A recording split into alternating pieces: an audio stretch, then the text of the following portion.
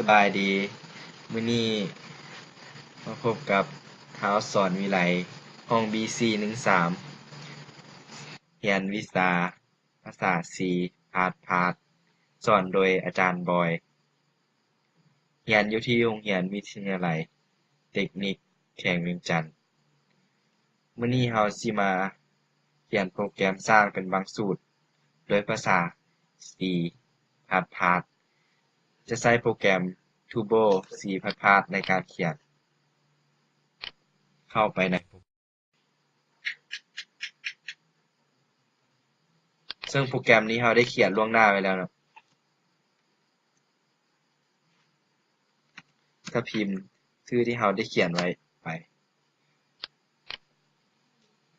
จะมีหน้าตาแบบนี้ นี่คือโค้ดของโปรแกรม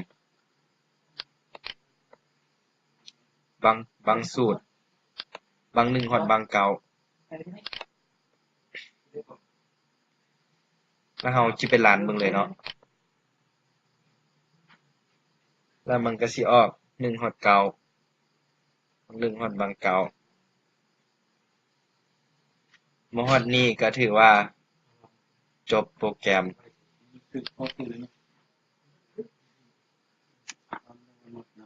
ขอบใจ